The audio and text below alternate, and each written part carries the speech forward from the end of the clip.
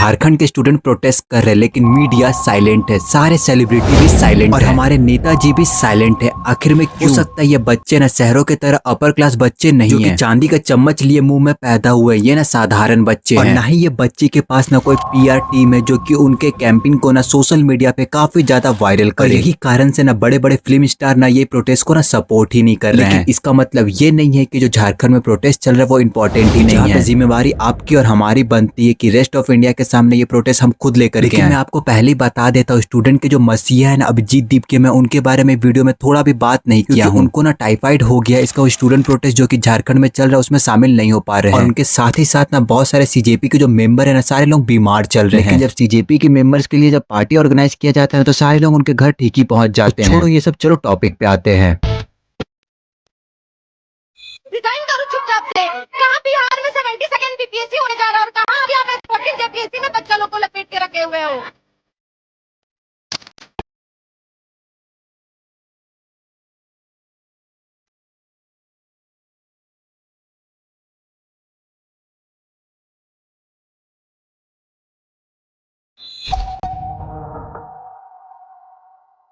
Imagine करो, एक student ने 2 साल तक प्रिपरेशन की, सुबह उठकर कोचिंग, दिन भर नोट्स, रात को रिवीजन, सोशल मीडिया से डिस्टेंस, फैमिली की एक्सपेक्टेशन और एक सपना गवर्नमेंट जॉब। एक दिन एग्जाम होता है, फिर रिजल्ट आता है, लेकिन रिजल्ट के बाद स्टूडेंट एक सिंपल सा सवाल पूछना शुरू कर देते हैं, क्या एग्जाम सच में फेयर हुआ था? जब ये सवाल एक स्टूडेंट नहीं बल्कि हजारों स्टूडेंट पूछने लगते हैं, बात सिर्फ एक एग्जाम की नहीं रहती है, बात बन जाती है सिस्टम पर ट्रस्ट की। और आज झारखंड में इसी ट्रस्ट को लेकर के स्टूडेंट सड़कों पर है। सवाल है, आखिर झारखंड के स्टूडेंट प्रोटेस्ट क्यों कर रहे हैं? आखिर में JPSC में क्या हुआ है? JSSC को लेकर के इतना बड़ा कंट्रोवर्सी क्यों बनाया गया? स्टूडेंट की डिमांड क्या है और गवर्नमेंट का रिस्पांस क्या है? सबसे इंपॉर्टेंट, क्या ये सिर्फ एक एग्जाम का कंट्रोवर्सी है? झारखंड के रिक्रूटमेंट सिस्टम का सबसे बड़ा मिस्टेक जो भी झारखंड में हो रहा है उसके बारे में जब डिटेल बात करने वाले, इसका वीडियो को एंड तक जरूर देखना। और अगर आप मेरे चैनल को सब्सक्राइब नहीं किया तो सब्सक्राइब कर दो, वीडियो को लाइक करना मत भूलना। चलो वीडियो को शुरू करते हैं। सबसे पहले बेसिक चीज समझते हैं। झारखंड में गवर्नमेंट जॉब के रिक्रूटमेंट के लिए 2 इंपॉर्टेंट बॉडीज है, JPSC और JSSC। जो JPSC एग्जाम है ना वो मेनली ना higher level state civil service recruitment से एसोसिएटेड है। JSSC ना various state level staff recruitment conduct करता है। कंट्रोवर्सी का मेजर फ्लैश पॉइंट बना है JPSC combined civil service examination. April 2026 में एग्जाम कंडक्ट होता है, उसके बाद आंसर की, ऑब्जेक्शन और रिजल्ट को लेकर के कैंडिडेट के बीच में क्वेश्चन उठने लगा। उसके बाद 2 जुलाई को ना रिजल्ट रिलीज होता है, उसके बाद जो ये प्रोटेस्ट है ना वो अलग ही रूप ले लेता है। तो देखिए, कॉम्पिटिटिव एग्जाम में ना आंसर की एक एक्सट्रीमली इंपॉर्टेंट डॉक्यूमेंट होती है। क्या है ना, कैंडिडेट अपने एक्सपेक्टेड मार्क्स को ना कैलकुलेट करते हैं, उसके बाद ऑब्जेक्शन राइज करते हैं और जो फाइनल रिजल्ट होता है ना वो उसी चीज पे ना निर्भर करता है। JPSC एग्जाम के केस में आंसर की और आंसर को लेकर के कैंडिडेट ने ऑब्जेक्शन राइज किया, कह रहा है कि answer related decision recruitment process में ट्रांसपेरेंसी को लेकर के सीरियस क्वेश्चन है। सोशल मीडिया पर कैंडिडेट ने अपने इंडिविजुअल एक्सपीरियंस और कैलकुलेशन भी शेयर किए, लेकिन जैसे कि आप जानते हैं social media post evidence of wrong doing नहीं होते हैं। वो सिर्फ यही दिखाते हैं कि कैंडिडेट के बीच में डिस्ट्रस्ट कितना ज्यादा बढ़ चुका है। रिजल्ट के बाद ना कंट्रोवर्सी और ज्यादा इंटेंस हो गई। स्टूडेंट का सेंटर आर्गुमेंट था, अगर रिक्रूटमेंट प्रोसेस ट्रांसपेरेंट था तो डाउट को क्लियर आंसर दिया जाए। उसके बाद ये सिचुएशन ना बहुत ही ड्रास्टिक टर्न ली। इसके बाद झारखंड CID और पुलिस ने JPSC ऑफिस और रिलेटेड लोकेशन पे ना सर्च की। रिपोर्ट के अकॉर्डिंग ये बताया जा रहा है ना कि एग्जामिनेशन रिलेटेड जो डॉक्यूमेंट था ना उसको भी सीज किया गया है। ये केस में ना अरेस्ट भी हुआ है। 28 जुलाई तक रिपोर्ट में ये बताया जा रहा था कि 10 लोगों को अरेस्ट किया गया है। कंट्रोवर्सी के बीच JPSC combined civil service main examination को भी पोस्टपोन कर दिया गया। 25 से लेकर के 27 जुलाई के बीच में शेड्यूल की गई थी। एस्पिरेंट के पर्सपेक्टिव से सोचिए, आपने सालों मेहनत किया और अपने जो प्रीलिम्स का एग्जाम है ना उसको क्लियर कर देते हैं और उसको क्लियर करने के बाद अपना मेंस का एग्जाम के लिए ना एकदम जम के तैयारी करते हैं। आंसर राइटिंग का पूरा दबा करके प्रैक्टिस करते हो और सारे बुक को रिवीजन करते रहते हो, सारे क्वेश्चन पेपर को रिवीजन करते रहते हो, जो कि आपको लगता है शायद ये आ सकता है। सडनली आपको पता चलता है कि वो एग्जाम ना पोस्टपोन्ड हो गया है। आप ये सोचो, अगर सिस्टम में ऑलरेडी ट्रस्ट का इशू चल रहा है, ये जो एग्जाम पोस्टपोन्ड किया है ना वो अनसर्टेनिटी को ना और ज्यादा इंक्रीज कर सकता है।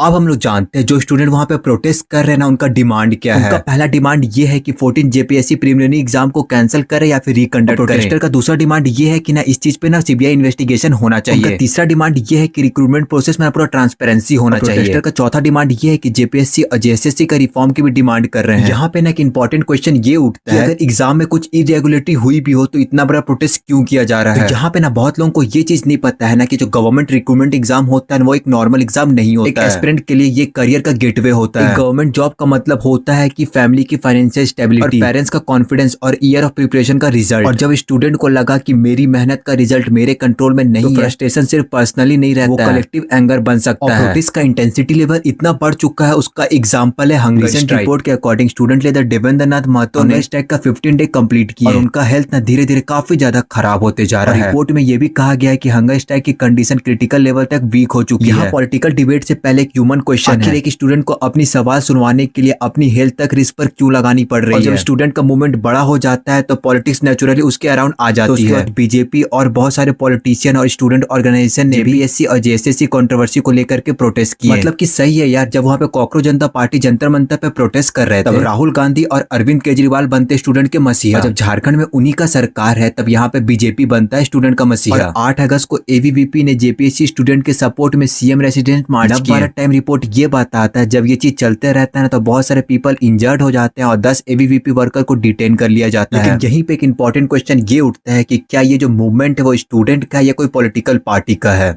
प्रॉब्लम के बारे में तो हम लोग पूरा डिटेल में जान गए। अब मैं आपको अपने तरफ से ना 5 सॉल्यूशन बताने वाला हूँ कि क्या सरकार को करना चाहिए। सबसे पहला इंडिपेंडेंट इन्वेस्टिगेशन, एलिगेशन की ना इंडिपेंडेंट इन्वेस्टिगेशन होनी चाहिए। दूसरा है एविडेंस बेस्ड डिसीजन, जो भी एलिगेशन है उसको एविडेंस के बेसिस पर एस्टेब्लिश या फिर रिजेक्ट करना चाहिए। तीसरा चीज है ट्रांसपेरेंसी, जो कि आंसर की ऑब्जेक्शन, इवैल्यूएशन और रिजल्ट में मैक्सिमम पॉसिबल ट्रांसपेरेंसी होनी चाहिए। चौथा चीज है स्टूडेंट को क्लियर टाइमलाइन देना चाहिए। एस्पिरेंट को पता होना चाहिए कि एग्जाम कब होगा, उसका रिजल्ट कब आएगा, इन्वेस्टिगेशन का स्टेटस क्या है, नेक्स्ट रिक्रूटमेंट कब होगी। और पांचवा और आखिरी चीज है अकाउंटेबिलिटी। अगर एक्चुअली ये सारा कुछ रॉन्ग प्रूव होता है, जो भी इंडिविजुअल इंसान इस चीज के पीछे रिस्पॉन्सिबल है ना, उसके अगेंस्ट में कड़ा से कड़ा सजा होना चाहिए। और अगर एलिगेशन रॉन्ग प्रूव नहीं होता है तो गवर्नमेंट और कमीशन को फैक्ट पब्लिकली एक्सप्लेन करना चाहिए। आखिर में मैं यही बोलना चाहूंगा कि झारखंड के स्टूडेंट का कहानी सिर्फ जेपीएससी की कहानी नहीं है, उन लाखों एस्पिरेंट की कहानी है गवर्नमेंट जॉब के लिए सालों तक प्रिपरेशन करते हैं, जिनके रूम में बस बुक होती है, दीवालों पर टाइम टेबल होती है, पेरेंट्स की आंखों में एक होप होती है कि एक दिन आएगा उनका बेटा या बेटी एक सक्सेसफुल इंसान बन जाएगा। तो असली क्वेश्चन ये नहीं है कि स्टूडेंट प्रोटेस्ट क्यों कर रहे हैं। असली क्वेश्चन यहाँ पे ये खड़ा होता है, क्या हमने अपने कॉम्पिटिटिव एग्जाम सिस्टम पर इतना ट्रस्ट बना पाए हैं स्टूडेंट को सड़क पर आकर के अपने फेयरनेस प्रूव करने की जरूरत ना पड़े। डेमोक्रेसी में ना एक प्रोटेस्ट ना एक प्रॉब्लम भी हो सकती है, लेकिन कभी कभी ये प्रोटेस्ट ही बताता है कि ये प्रॉब्लम कितना ज्यादा गहरी है। आपको क्या लगता है, क्या 14 जेपीएससी एग्जाम को कैंसिल करके फ्रेश एग्जाम होना चाहिए, इंडिपेंडेंट इन्वेस्टिगेशन का रिजल्ट का वेट करना चाहिए? अपना ओपिनियन मुझे कमेंट में जरूर बताना, वीडियो को दबा करके शेयर करो ताकि सबको पता चले। ऐसी वीडियो के लिए मेरे चैनल सब्सक्राइब करो, लाइक करना मत भूलना। मिलते हैं नेक्स्ट वीडियो में, तब तक के लिए बाय।